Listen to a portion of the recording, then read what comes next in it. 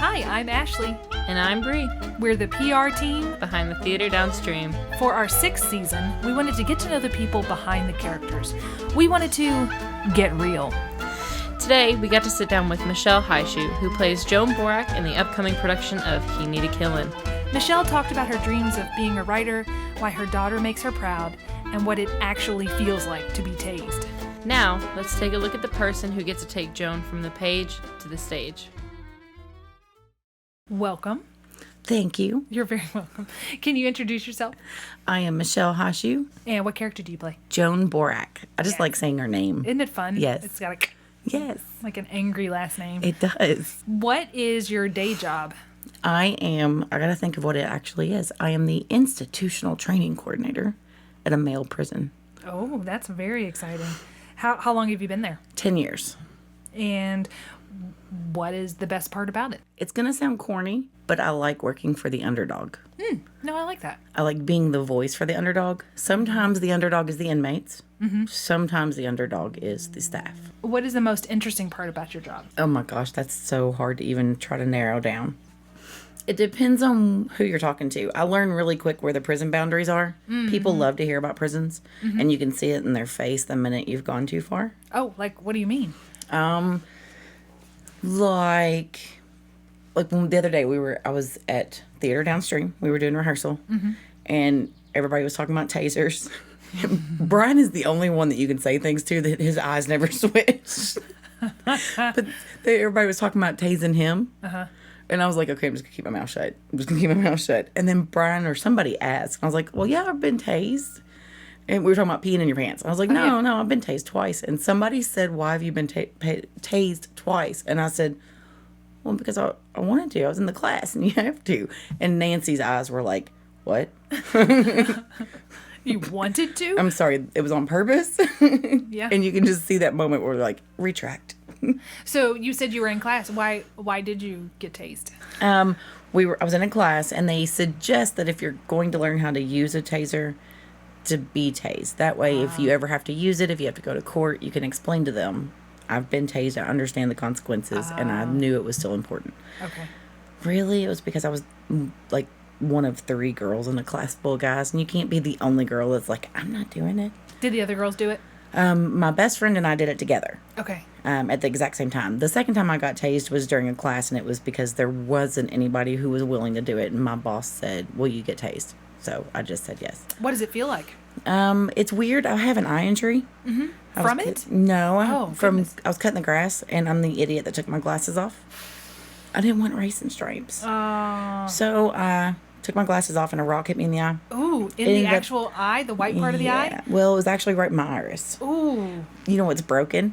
The only permanent damage is my iris sphincter is permanently damaged. What does that mean? I didn't know my iris had a sphincter.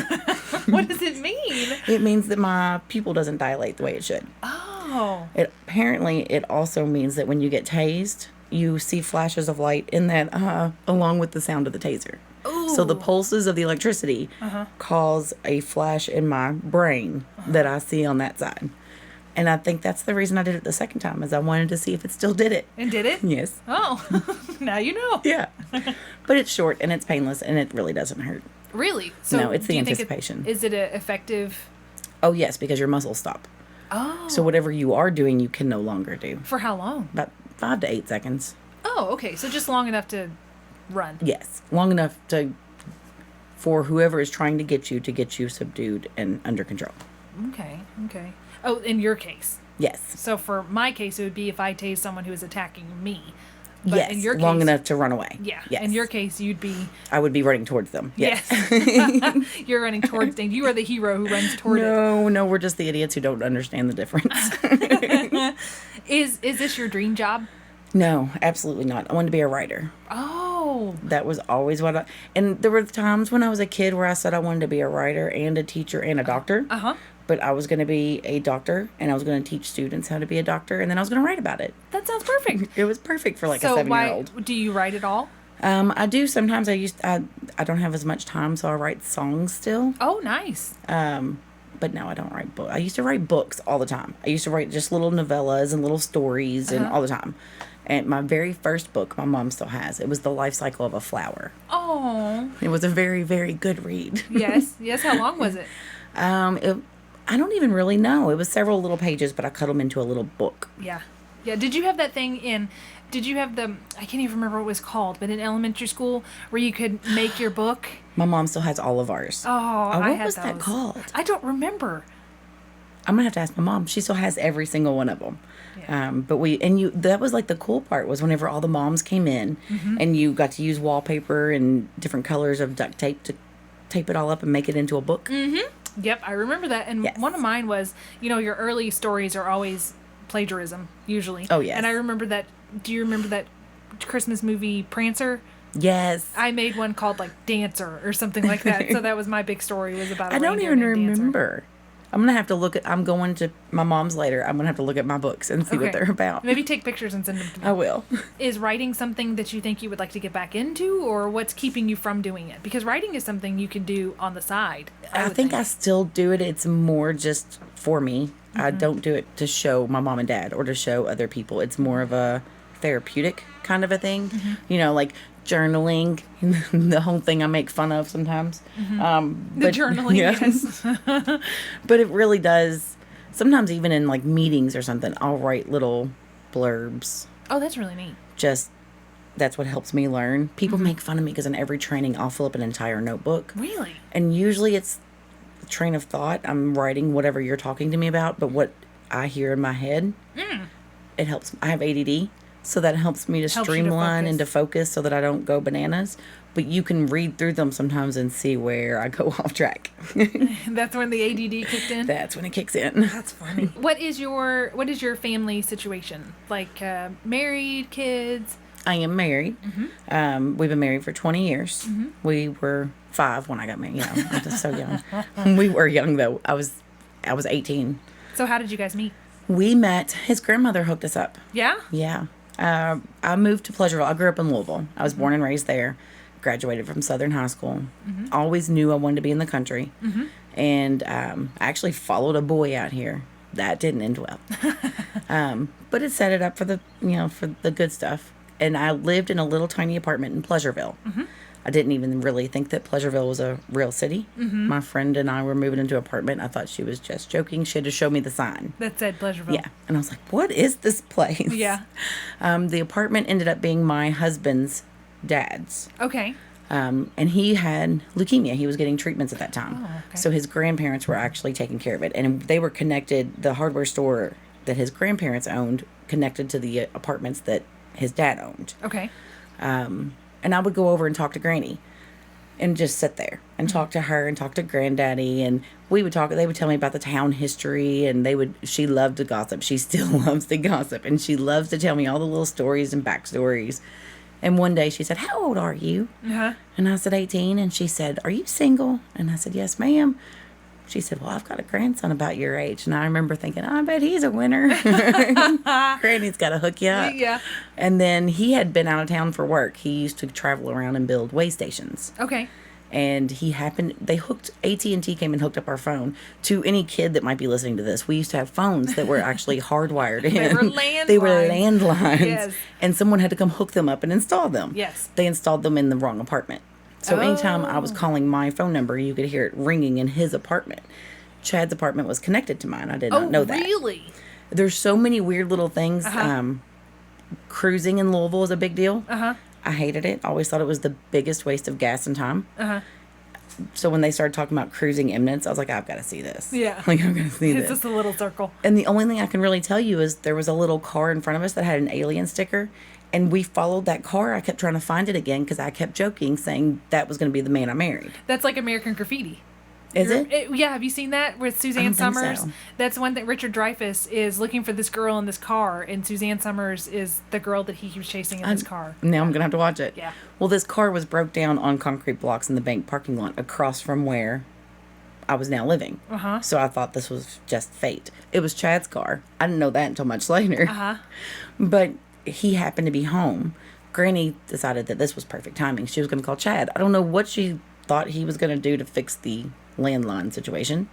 She just wanted us to meet. And this is going to be on permanent record. I'm excited about this. Yes. He came in wearing a New York Yankees baseball hat. And I knew I was in love. He's now a Red Sox fan. And I say all the time it was false advertisement. Yes. So you said, that's the guy. Yep. And just we ended knew. up, that minute, I was just instantly like, I don't know what it was. He was a good old country boy. I'm more country than he is. But to me then, he was a good old country boy. And you were kind of a city girl Oh, yeah. at that point. I was a city girl, but I grew up in the best of both worlds. I grew up in Okolona, so right off Preston Highway. But my backyard was a creek, and across the creek was a farm. Okay. So I had... And what was your reason for moving to Pleasureville? My friend had an apartment here. Oh, okay. And Yeah. what were you going to do when you got here? I had no idea. Okay. Not a clue. I had been working in security. Okay. I didn't even think about that. I was a security guard. And then I was her nanny. And so I stayed at home and took care of her little kid while she worked. Oh, okay. It was interesting. It was all kind of meant to be when you look back at it. It is. It's really funny how you look back and you see things were just meant to happen in a certain order, and it made you who you are today. So you just got your phone in the wrong apartment and ended up with a husband. Right. Exactly. Yeah. That's cool. And you have 2 kids. I do. Brianna, and she is a Northern Kentucky student. She does a lot of work with the theater. And then I have my son, Logan, who's 15, and he's my little rock star percussionist. Oh, nice. Very nice. Well, in the play, Ruth says that the secret to a happy marriage is setting boundaries. What do you think the secret to a happy marriage is? I think that the secret to a happy marriage is realizing there is no secret to a happy marriage. Because it changes. Yeah. It's like its own living, breathing thing. It's a give and take at all times. I don't know. Like, I don't think that I think that would be the one thing, is to realize that nobody's got it figured out. Not to have too high expectations? Not even about that. I mean, I think you do need high expectations. I think the world we live in today almost sets us up for failure from the beginning. You just have to realize there isn't an option. There is an option. Divorce is still cheaper than murder. Yes, it is. But I'm not one of those people that's like, divorce is wrong. Right. I'm very much for you do you. What you need, you're the only person that can make that decision. For me, I knew that once I got married, that was it. You know, it was going to work, or we were going to die trying. Literally. Yeah, I like that. What brought you to the world of acting and community theater? What if you were an X-Man, what is your origin story? That's cool. I've always loved theater. I've always loved movies. I've loved books. I loved seeing stories play out. But I did not have the guts to do anything like this at all. You work in a prison. It's different. Like, that doesn't really... Like, that's not scary. There's only been a couple times I've been nervous at work.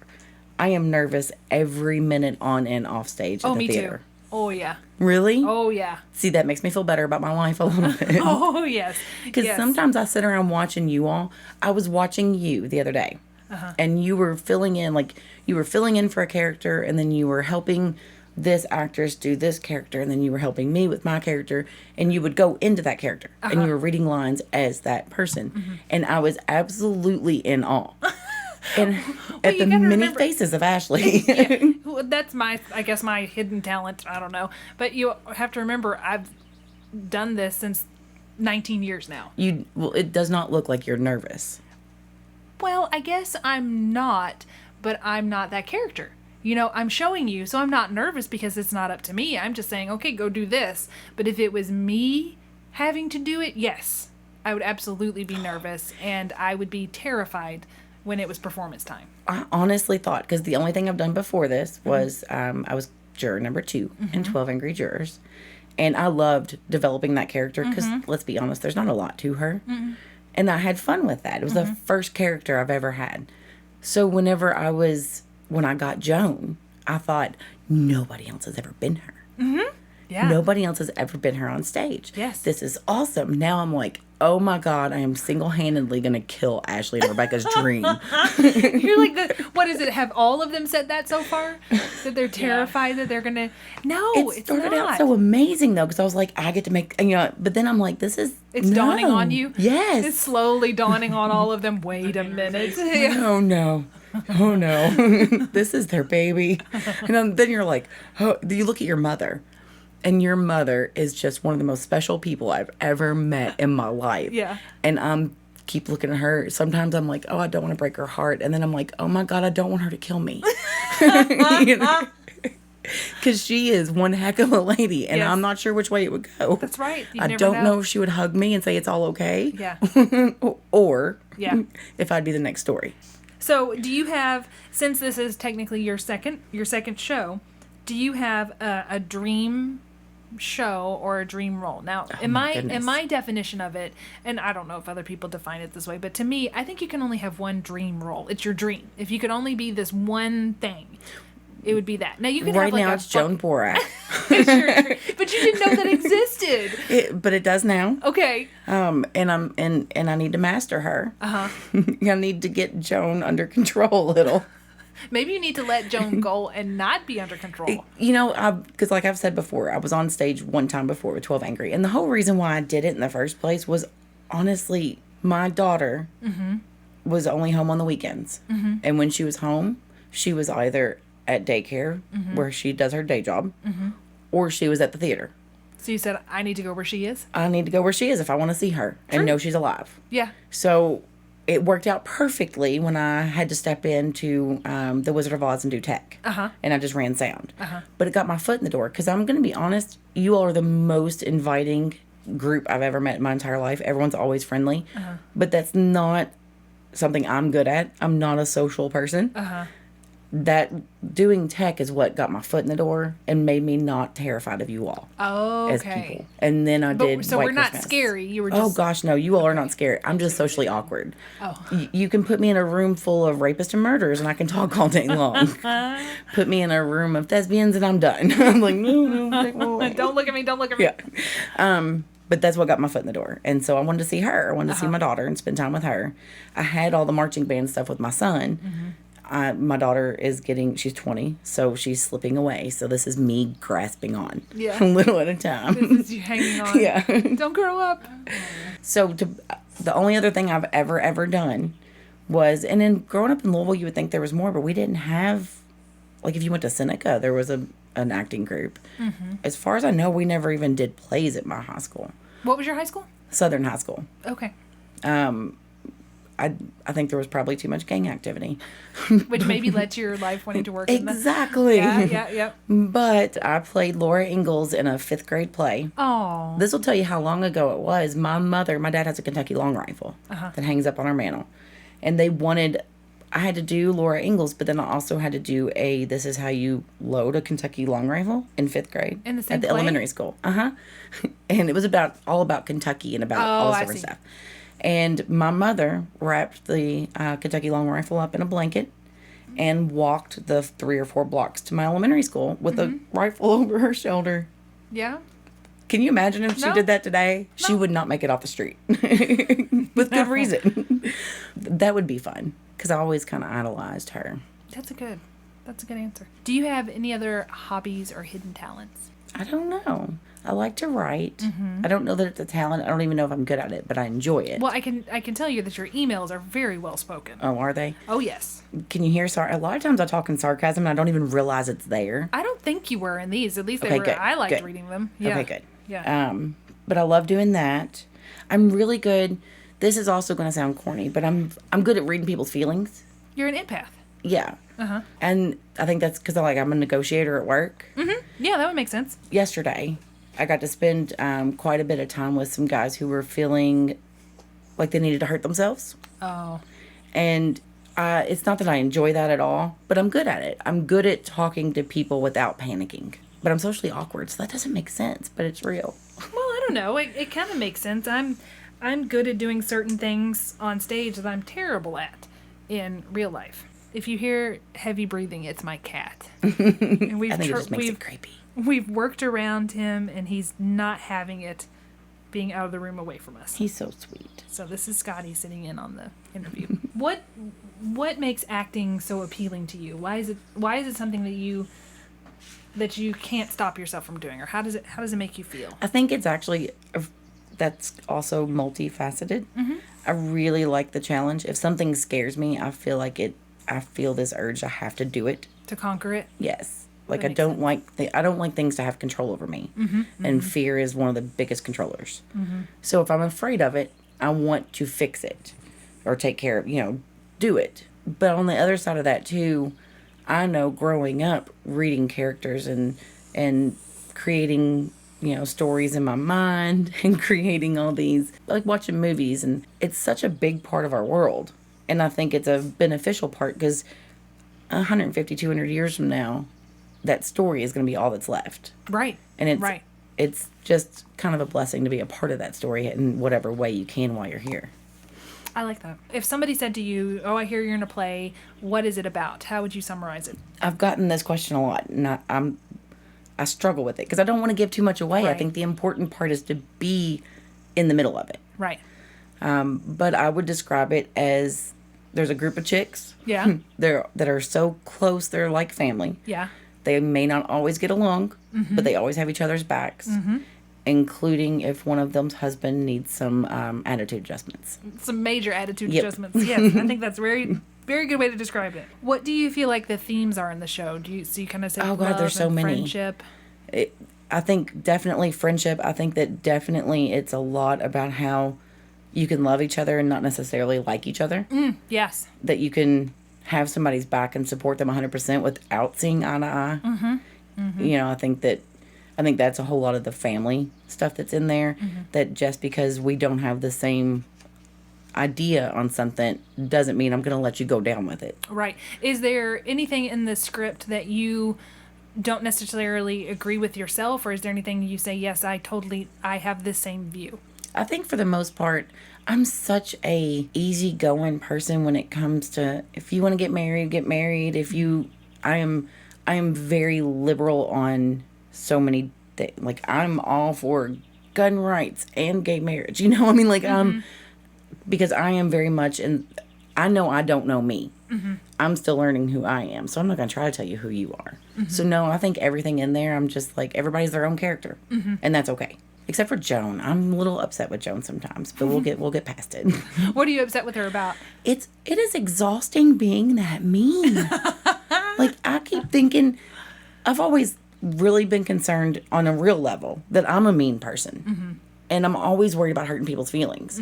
And so sometimes I'm being really mean, and I'll look at, even during rehearsals, and I'll look at Melissa's face, and I can see the hurt in her face. And she is doing a very good job being Melissa. Yeah. But Michelle it's her. instantly shuts Joan up, going, "Oh my God, I am so sorry." But it can also be so fun and liberating to And I'm be happy, that yes. mean. And I think that's what it is I that think you just need to do a blanket apology before every Yes. show, and then just go with Yes, it. that's what I'm just gonna do. crush them. Yes, yes. And it's actually getting a little bit better because, like, Ashley Costanza, who plays Amelia McCandless, I'm going to have to ask Ashley what we're going with these days. Yes, it's McCandless. Okay. Yes.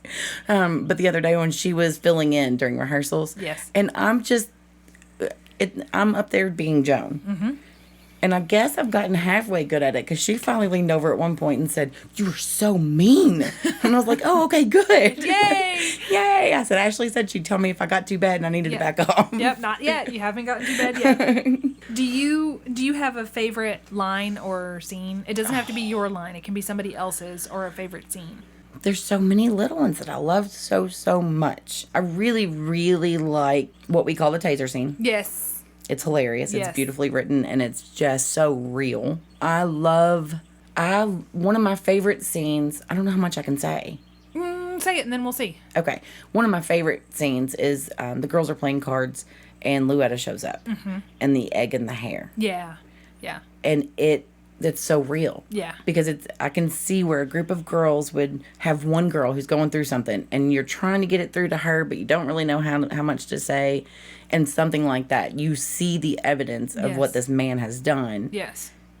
And you all still have your own ways to handle it. Why do you think that they never confront Luetta? Do you agree with that? The closest they get is when Joan says, "Oh, we all know he's a drunk."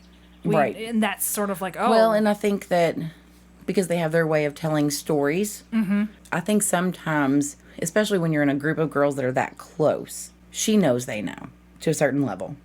They know that she knows. But they just don't talk about it. like if I had a friend that was in that situation, and there was a long time where we didn't talk about it. You did have a friend who's in it? Okay. And there was a long time we didn't talk about it. It was the unspoken elephant in the room. And I would say things about it without saying things about it. You know, I would say things like, well, you know that if anything ever happened and you needed me, I'd be there in a heartbeat. Right. I think that sometimes that's the most important thing, and I love that about this show, is that it's so real, because everybody thinks that all of us girls sit around and say exactly what's going on and everything, and we don't. You And still some people have that. some people may look at it as a flaw in their friendship. Some people may have said they needed to confront her. But we, Mom and I, Rebecca, we did not want to do that because it was more realistic if Right. they hadn't. Well, and there's one thing, too, that, because even with this show, we're only seeing the show that you guys are wanting the audience to see. Right. So even if these characters are living, breathing things, there's a backstory. We don't Right. know Right. if Ruth hasn't set her down at some point, because we know that they confide in each other differently on different levels. Right. So I would say that there are some of them, like Ruth has probably said before, Luetta, honey, Yeah. what's going on? Yeah. Yeah. You know, and I think that Because she does say that, well, she did say that he has threatened to kill her. Right. So you know that Luetta and Ruth at least right, there's have other had, conversations. that have had a heart-to-heart. And this is almost like you have this real life story going on, and you guys gave the audience an opportunity to see glimpses, not the Right. whole thing. Right. Some of that is going to be left up to their interpretation. So that leads me into our villain, Frank. Do you feel like he is believable? Yes. Do you know people like him? Absolutely. Without saying who they are, is there anything that you would want to share about something that they have done that is very Frank-like? I think that everyone knows at least one person who they always skirt by on the rules because they never do anything. Like someone who is mentally and verbally abusive. Well, I never hit her. Right. And You know- that's an important thing that we wanted to do in this. Frank is not physically abusive. The Right. closest he gets is with the eggs. So he probably does stuff, but even that, he doesn't hit her. Right. He doesn't hit her, but it's on that, oh, that's Right. wrong. But he never goes, because it's so easy to have a story where the man hits the woman and you know he's a bad guy. Right. And probably that's the reason why it's so easy to hate Frank, is because every single one of us have had a Frank in our lives in some capacity. It may have been a boss. It may have been a parent. It may have been a sibling. It may have been a significant other. But we've all had that one person who could just cut us down with their words. It didn't take a punch in the face to hurt. You know, and I think that's what because Frank makes me hate him so much. It's honestly very difficult sometimes to sit up there and not say stuff and not try to stop it. Right. And that's another thing. They don't ever say anything. No. They I make think comments. that they know, and that's how I've told myself, is they know that the minute they step up, you have to look at the bigger picture. If I stand up right now and put a stop to this, What's going to happen to what's her? going to happen to her? Because Yeah. he's not going to let her come back over here. Right. And you have to have faith that she's strong enough in herself to not go home with him, but we know she's not. And so what is going to be the most beneficial to your friend? Right. And it's to keep your mouth shut sometimes. Yeah. Sometimes there's other options, but for this character in this situation, that was the best. And in the real world, even if it's your best friend, if there was physical abuse, she's not going to tell you. Right. You know, in so many ways. Right. So sometimes I think that this is that story that's going to be more, it's going to resonate more. Right. So did you have an example of a Frank that you know, of something they've done? Just not anything even specific. You know, I mean, like I did have a boss one time. He would come to work and sometimes he would just be in such a good mood and he would say nice things and he would ask you for things and appreciate the work that you did. And then you'd come to work the next day and he would call you stupid. And I've had him, like, I remember him throwing things at my desk, like things that I had done, and he would throw them down and be like, what in the heck is this crap? But the very next day, he would bring you in your favorite lunch.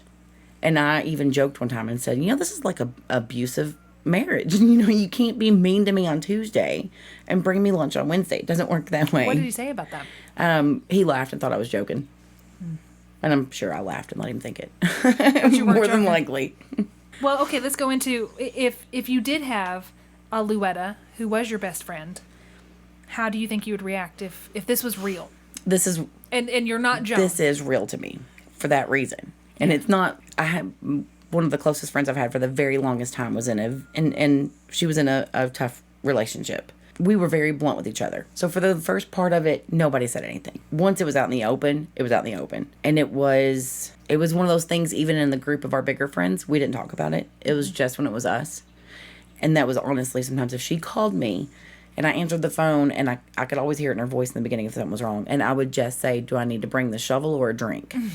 That's a lot of, and to be honest with you, I think I probably was a lot like Joan. I see a lot of Louetta in her. Did she leave that? Yes. Did she get out of that? Yes. Good. And I just now, finally, the other day, got to tell her that I was doing this. Oh. And now she's coming to see it. Oh, good. So good. I'm really super excited. Yeah. Sometimes I wonder, like in the play, Ruth tells a story to try to tell Louetta a message.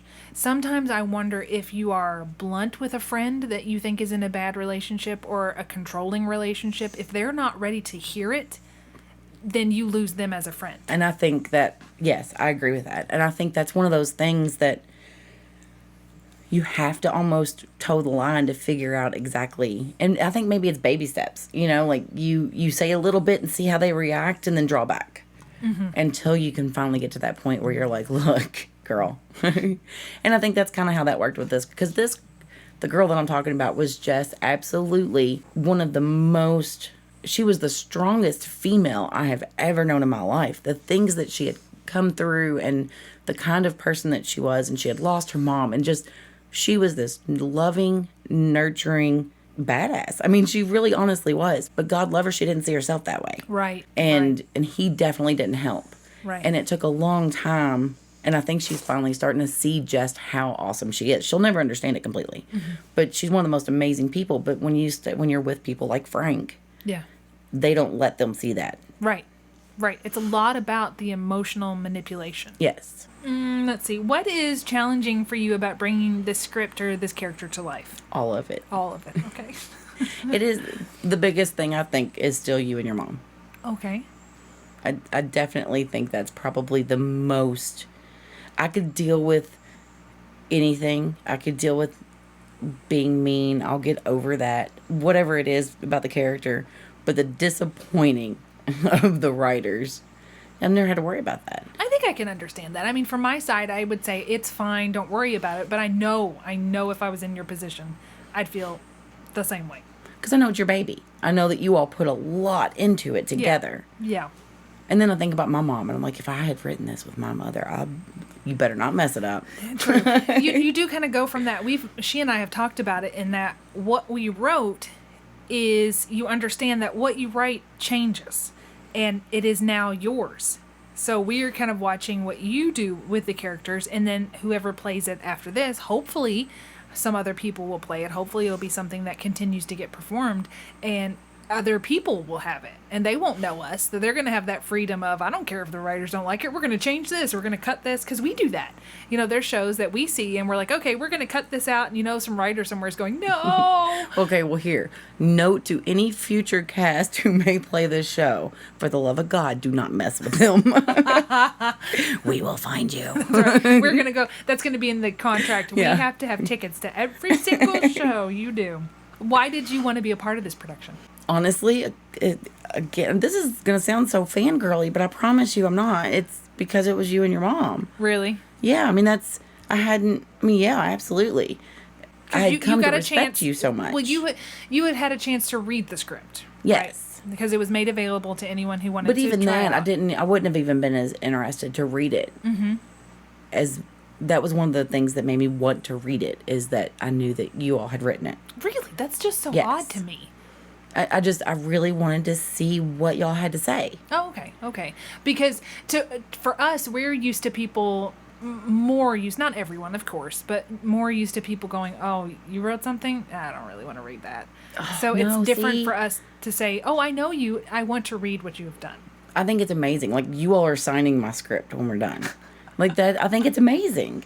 And I love it. Maybe it's the whole, I wanted to be a writer when I was a kid. I don't know, but it's and seeing you and your mom do this together, there's so many different things that make it. It's Henry County homegrown. You all have, it's a success. I mean, just getting it on a stage is a success. Getting it written Getting it finished is a success. Getting it started, really. I mean, let's face it. And I'm just excited to see what everybody else says. What do you think the audience is going to be thinking about in the car as they drive home after the show? Oh, my goodness. Oh, there's so many things. Amelia. Amelia is my favorite character. Yeah. Oh, I just love her. So let's talk about her a little bit. yes. What do you like about her? Because we've not really discussed her in full yet. She's the underdog. I love that. I love that my character is so mean to her when she shouldn't be. I love that she doesn't have a voice and we have to give her one. Literally, she is nonverbal. And I love the innocence that she represents. Like the little life cycle of their friendship. Yes, their relationship. Yes. Because Joan is not a fan. She's publicly not a fan of hers in the beginning. Right. And then in the end, that kind of changes. And some of it, I think, and maybe this is my justification of Joan. That's what it is. This is my justification of Joan. Because it's hard being that mean. I don't understand how people do it in real life on purpose. I know. Yeah. I keep thinking that it's not so much that she doesn't like Amelia as she doesn't understand Amelia. And that that bothers her. She likes to be in charge. She likes to be in control. And she has no filter. Right. And she also is very, very perturbed at the fact that Ruth lets her do weird things. Like that, I think she almost feels like that's an embarrassment to Amelia. Like she's the poor little helpless. This is something that just kind of occurred to me. So it does happen. You know, we created these characters and you're like, oh, maybe this is why. Do you think that Joan has a little bit of jealousy of Amelia? Because Joan is I've never Ruth's... thought of that. I hadn't either. See, we're discovering things. I've always kind of felt like she was jealous. Maybe that would be a good word, and really thought about it, because I hear it bothers me that Joan doesn't have a relationship with her kids because she's so mean, I'm sure. I mean, who would want to? And I wonder if seeing that connection doesn't maybe bother her too. It could be, or it could be that Joan wants to be Ruth's best friend, and there's somebody that's closer to Ruth than Joan, which is Amelia. So maybe that, I don't know, that's something to think about. Maybe she has a little bit of jealousy. And I hope that there's a little bit of that worth saving quality in Joan. Oh, there is. But like whenever she says things like, you know, like she's your niece, not your maid. Right. That it's almost like she feels a little bit bad for Amelia. And you know, when you think about anyone with a disability and look at how much our world has changed, you think about, I mean, it wasn't that long ago that children who were born with disabilities were hidden from the real world. Oh, yes. And when you look at how much we've changed and how much we've learned, I wonder with Joan being an older female, if part of that isn't her, old-fashioned. oh my God, we need to protect her. Oh my goodness, we can't let the world see how offbeat she is. They might hurt her. Right. Kind of a thing. Not necessarily protection, tradition. Maybe. Or maybe she just doesn't like her. Maybe. Yeah, there could just be. Yeah. And I guess to be clear, because people haven't seen this yet, Amelia is not mistreated by Joan No. in any way other than she feeds her. Yeah, she's irritated by her. Yes, she's annoyed. Yeah. And Joan has no filter. Yeah. Joan is what I would love to be if I could say what I really think a lot of the time. With no consequences. Yes.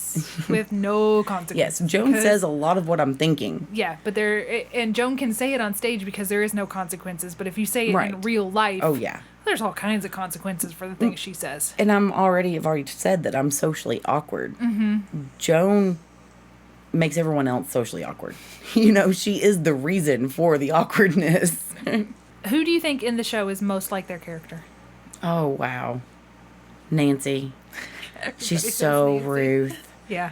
But, and it is going to sound, and let me explain it. Ashley Casaza McCandless as Amelia, just that quirkiness and sweetness. Yeah. I see a lot of that. And then there's all of us, I guess. Good Lord, am I that mean? No, you're not mean. You are not mean. Because I was getting ready to say, Laura Beth as Melissa is just absolute insanity to me. It's so funny how when we get up there, how much she honestly makes me feel like I'm being horrible, because her facial expressions are like, tone it down, Missy.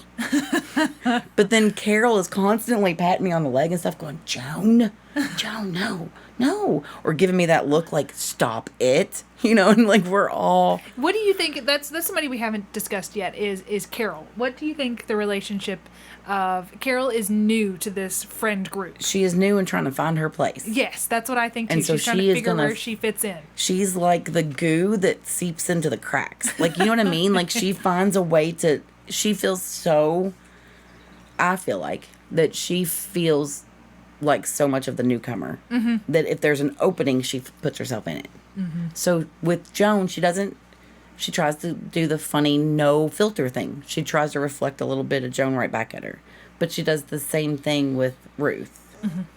I think Candy's doing a remarkable job. She's doing an amazing job. You just kind of forget to direct her because you just go, well, everything she's doing is perfect. I don't know what to say. Just keep being perfect, you know? You just want to shout that, like, she's amazing. Being you. Like, she is that character. Mm-hmm. It's just amazing to me. So who do you think is the least like their character? I'm gonna say Brian, even though I hate giving him that. Of the ladies. Oh, yeah, because okay. everybody... Brian. Okay, Just because now I feel a little bit redeemed. He will be very grateful that everyone has said that he's the least like his character. It's honestly to the point where he's so good at it that I have to remind myself for a few minutes. He'll come over and try to talk to us right after, like, whenever we're taking a break, and I hate him still. Yeah. And I have to, like, he's just so good at making me hate him. Right. And he likes to remind everyone when I give him an idea that it's her, it's not me. It's her, it's not me. And I think it was really funny that in the first blocking rehearsal, when I told him the thing with the eggs that I wanted him to do, it sort of dawned on him. I mean, he had read the script, but it just dawned on him. He just stopped and he's like, everyone's gonna hate me. He'll even say stuff like whenever it's just a few of us sitting there talking it's almost like he needs us to vocalize that we understand that's not him. And I think you probably identify with that. Yeah. Like, I'm not mean, you're not terrible. Because at first it was just me thinking, you know, because I always, there's several of you all that I you know, I've put up on this little pedestal. Oh, please don't. Oh, no, but I do. I mean, think about the day I met Mary Poppins. I cried on stage. It was a big day for me. I cried, Bree. I know you did. You're the one that forced me to go up there, Bree. It's your fault. I didn't know that it would But like, end in turmoil. there are, and everyone that I've met, I'm not trying to single anybody out at all, but Laura Beth, I got the chance to act with Liz Woods in 12 Angry. That was like a dream. And that was just, I wanted to do that so bad. And Brian scares me to death.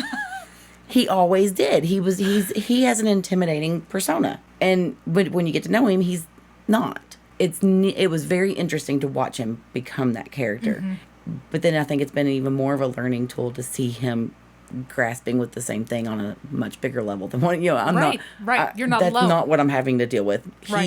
If he can do that, surely to God I can be Joan. Right. It's tough. It is tough. There's being evil, like the Wicked Witch of the West. Yes. There's being fun and Joan. Joan is a fun kind of mean, and it's like you can kind of have freedom in being mean. He is being evil. Yes. And that's hard to do for someone who wants to be liked and admired and is used to being the leading man and the one everybody... I mean, just think his last role was as Bob Wallace, where he's singing and he's wooing... Or the judge. Well, true. Yeah. I mean, the judge But still, the judge, it's a respected Sure, he's thing. respected. And he's playing a judge again, but now the opposite side of the judge. Oh, no. Coin. What if that's like a crossover? What if that was him? Dun, Oh, dun, my dun, goodness. dun. It all makes sense. He went home and he's like, Louetta, I was at work today and these 12 people wouldn't make up their minds. And Josh, the guard, he's like, he's known me since I was 6 years old. Oh, my gosh. They work together. There we go. We found them. And John Grant's the chief of police. He became the chief. And he was after. number 8. That's right. He was righteous. Oh, my goodness. It's a crossover and we didn't even know it. It's a sequel. It is. It's a sequel. What do you... I think we kind of talked about this, but how are you and your character similar and how are you different? A lot of what Joan says, I think, I just don't say it out loud. Yeah. And maybe not quite as bluntly. Even on the inside, I think I'm a little more scared to say some of the things that Joan says. But you can also tell she needs acceptance. Like, she needs Ruth's approval. It's the only person that can get her to kind of quiet down a little is Ruth. Mm-hmm. I think a lot, and you can tell, like, whenever she's talking about her kids not coming home, you can, to me, that is her. And there had to be contention because they moved across, they're in another country. Yeah. They're in England and all that. And they're not coming home for the holidays. No. Because of the busy socializing season. Right, which is just an excuse. It is. And she knows that, you know, but she doesn't, she's not blunt. I think the things that she's not blunt about are the things that are actually bothering her. Do you think that maybe she's going through a little depression because of the way she dresses and she doesn't leave the house very much? She's a widow. Oh, that's true. Yeah, I never really thought about that. She could be going through some things. And she eats a lot. Yeah. I mean, that's a definite sign. What do you love about her? I love how brass and sassy and, you know, I mean, she really is. She's definitely strong, and I like that because that's something I've never felt. And I like that it's hard in this day and age to have a group of friends that kind of see each other through things because everyone is a lot more mobile, everyone's a lot more busy, everything is on Facebook, you know, and it's nice to see this group of girls that get together, no matter what's going on in their lives, to have that reconnect. So do you feel like playing Joan has changed you or will change you in a little bit? Is she changed your personality? Oh, yeah, I think so. I think she's made me a little more aware of where I should remove my filter, maybe. Or made me a little more thankful of my filter. You know, I always look at my inability to speak up as being a weakness, and maybe it's not as much of a weakness as I thought it was. What would you consider, because we tried to write characters that were realistic, which means flawed. No one is perfect, not even Ruth. So what do you feel like her biggest flaw would be? Tact. What she says may not necessarily be wrong, but the way she delivers it is. So I think that's her biggest flaw, is just not taking into consideration the receiver's feelings. Excluding yourself, what actor in this show do you think is just going to blow people away with their performance? So who is someone that you just love watching? All of them.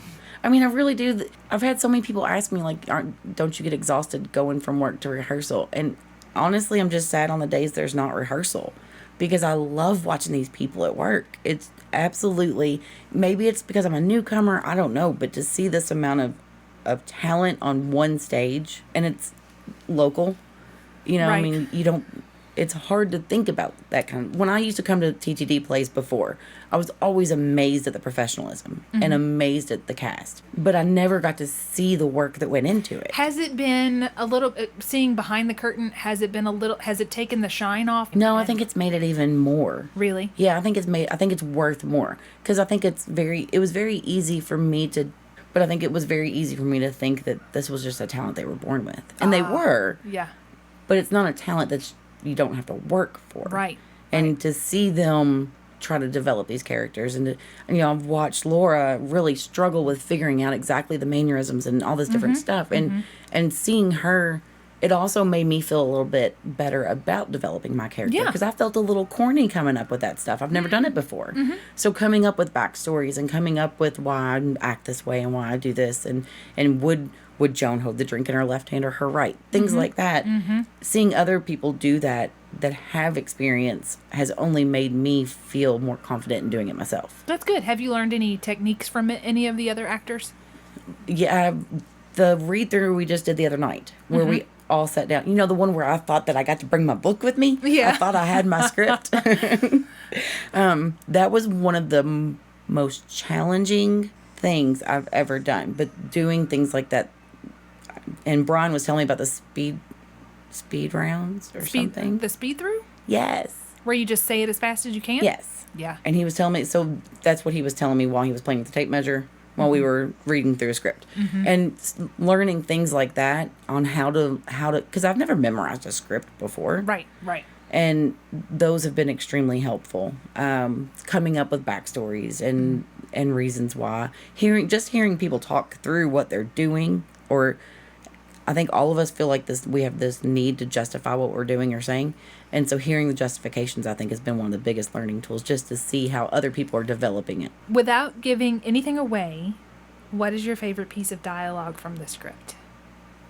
My favorite piece of dialogue is Luetta talking about the choices that she's made. Why she stayed. Yes. Yeah. And it's emotional. I can't even listen. I'm glad that that's a part where I'm not supposed to listen for a minute. Because who hasn't felt that way? Right. And to see how you can take someone, any relationship that, like we've been talking about, these abusive relationships where people are verbally and emotionally manipulative, and see how easy it is for another human being to make someone else see themselves as a monster when they're not.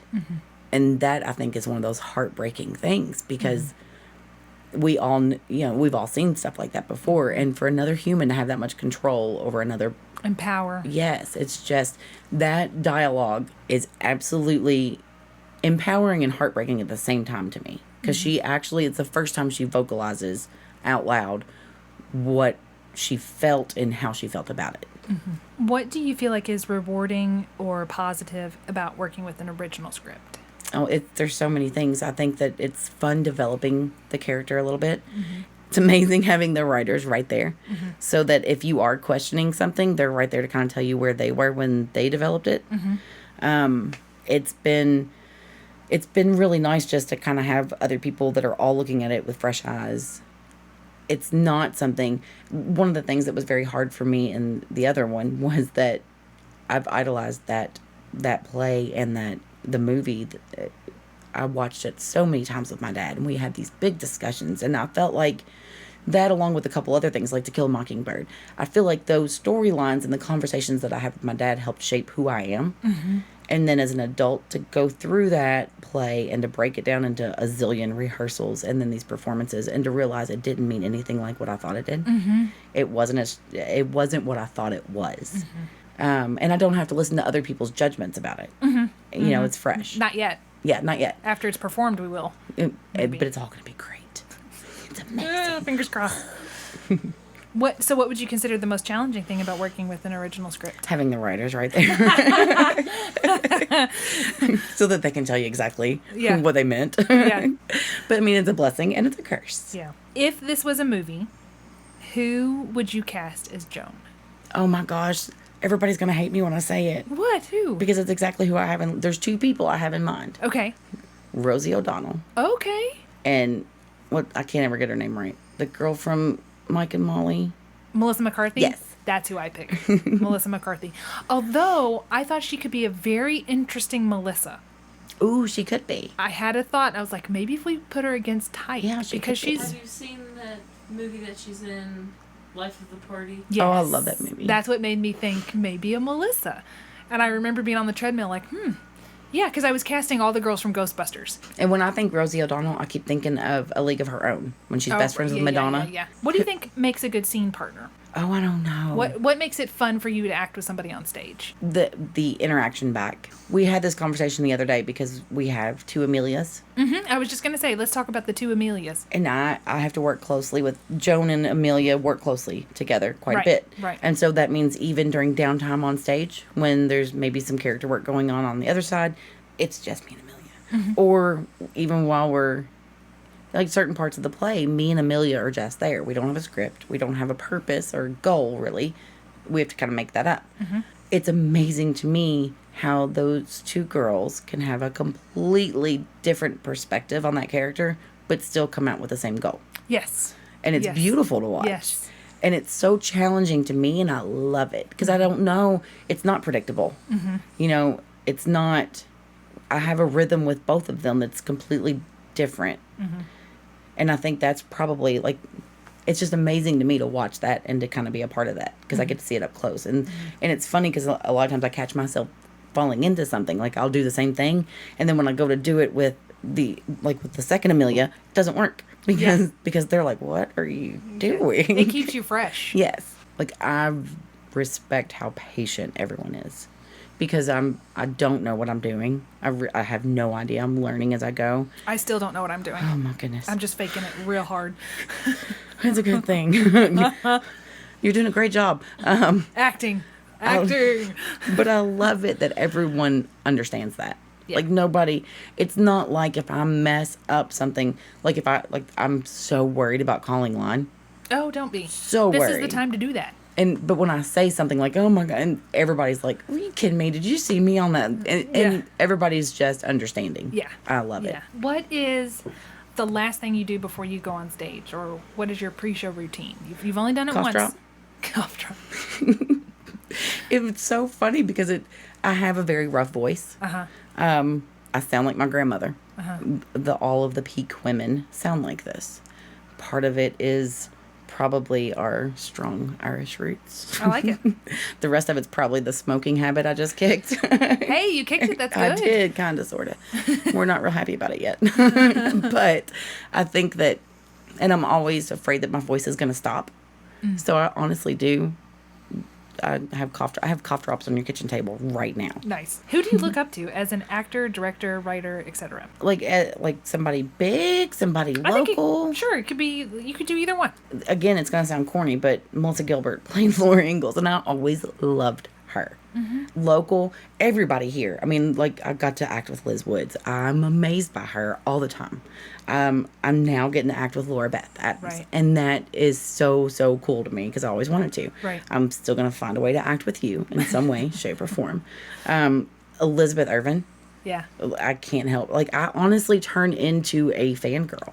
I can't even talk when she's around. It's so ridiculous. Funny to me. Like, I turned Brianna. You're sitting right here. Do I not turn into a blubbering idiot anytime I have a conversation with her? She does. That's so cute. It's ridiculous, and I know that. And she's so sweet, and she's so kind, and she's not someone you should be intimidated by in any way, shape, or form because she's a nice person. But she will always be my Mary Poppins. I can understand that. I have humongous. I call it a talent crush because it's not a crush on anything other than the amount of talent. But there was an actor in Louisville that I had this gigantic. I mean, this person is like it's like meeting Tom Cruise or something, and I got to be in a movie, extra in a movie, and he was a main character in the movie. And the director was like, "Okay, can you stand here and put your hand on this guy's shoulder?" So I remember in the moment I was like, yes, I can do this. You know, I'm thinking I'm being all very serious, and inside I'm like, I've got my hand on his shoulder, I've got my hand on his shoulder. And I was just freaking out because he does Shakespeare and he does all of this real acting. To me, people who can do Shakespeare or can do the Jane Austen make it sound believable, like we're just talking right now. These are the real actors, you know, to me. So I have that's who I think are just amazing. He's my Elizabeth Irvin. What do you spend your 5-minute rehearsal breaks doing? Reading the script. That's a good answer. Have you seen my script? Have you seen mine? How many?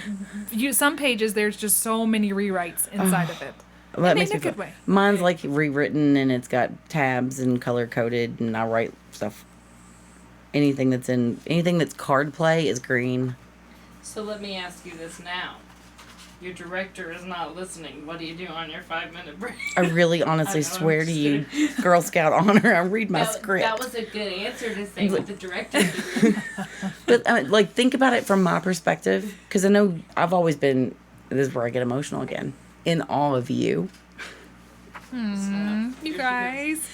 Okay, now I need that tissue. Okay, let me give you a tissue. Bree, give me toilet paper so I can talk about you. I can't reach it. I've got a cat in my lap. Yeah, Mom, I'll get you a tissue so you can cry about me. Here, continue to cry. Here's your tissue. Thanks. Okay, so I tried forcing you into music because I knew you were creative, and I didn't know anything about acting and all that. We didn't have that growing up, so I didn't know to introduce you to it at all. I introduced you, I'm the most horrible mother in the world. How old were you when you started watching Rent with me? Like 3. And when you started repeating the words, I was like, what have I done? And then I was like, okay, we're going to watch Barney. I'm sorry. Okay, so it's not that I hadn't introduced you to it, but I didn't know how to get you into it here. And you found that on your own. I will always be in debt to Russell Cooper because I feel like he is one of those rare... and I'm not taking anything away from it, because every child is different and they need different outlets. And Henry County is blessed that their school systems, both Eminence and Henry County, have provided that, because we didn't have that.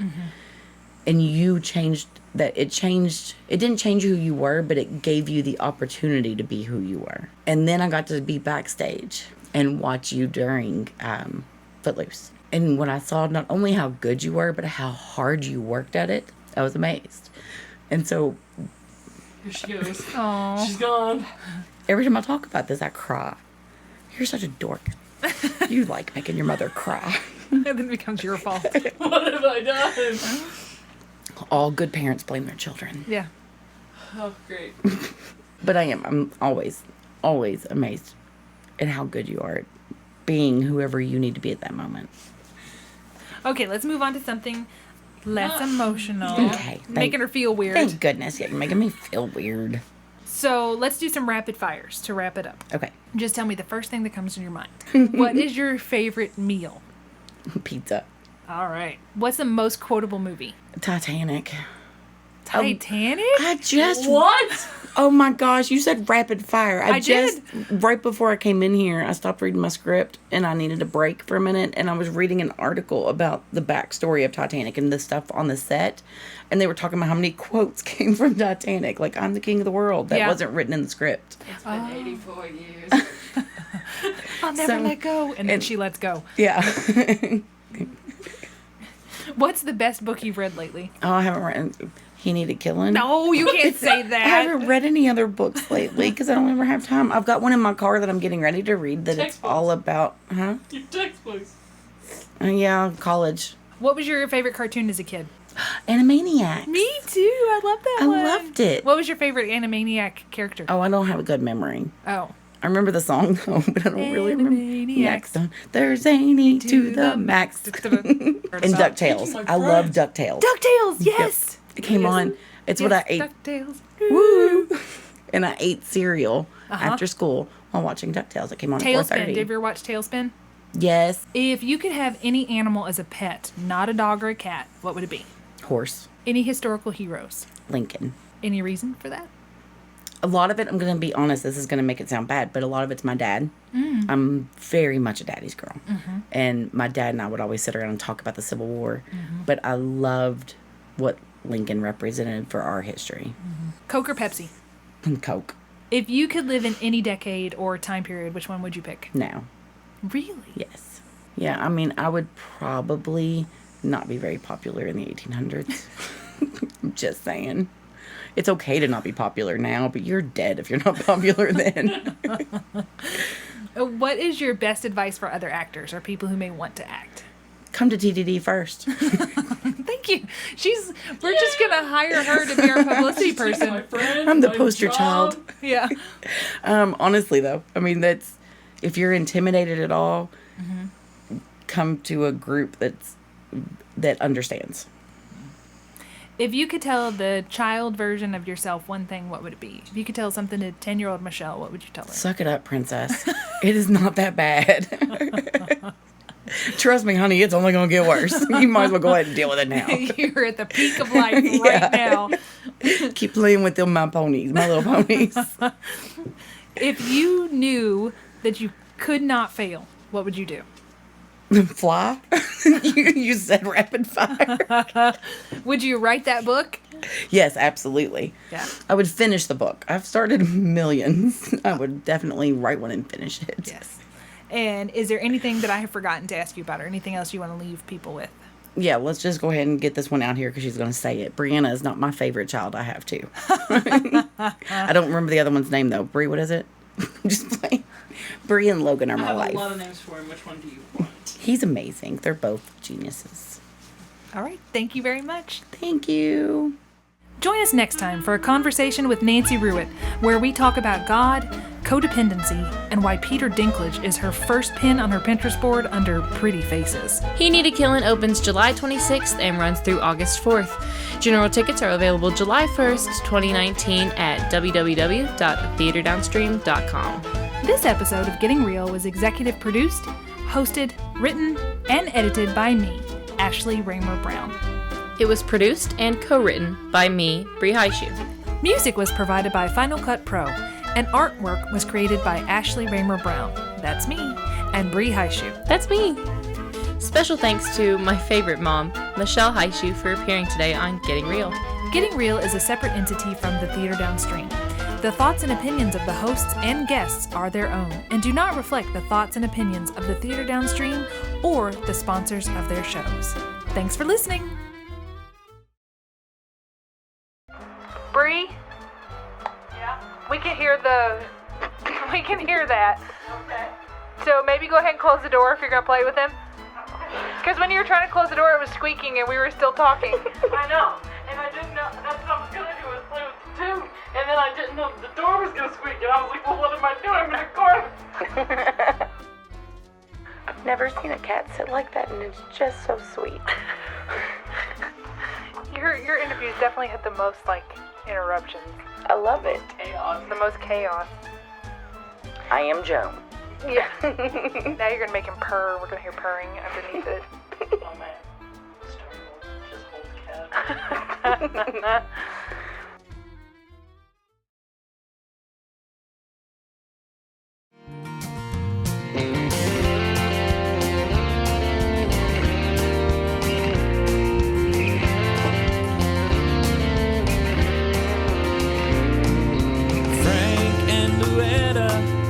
Unlikely pair, they were as different as can be.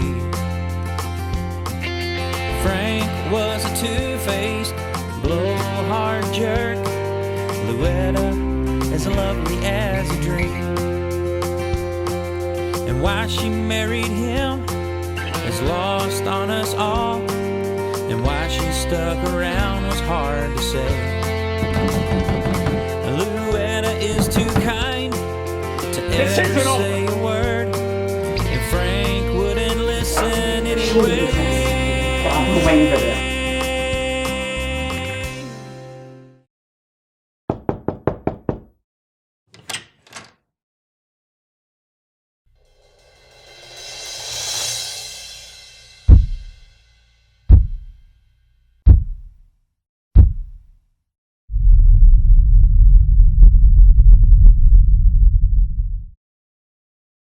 Let's go. You can do this. Rid of this guy once and don't rush me. Because ladies in the South, they keep to themselves and try to maintain their dignity. But when push comes to shove and the chips are all down, they might just commit a felony. Yes, they would. He needed killing, even if no one was willing. But things have a way of working out, and he needed killing, and killing's what this show is about. You know that things have a way of working out. He needed killing, and killing's what this show is about. Yes, he needed killing, and killing's what this show is about.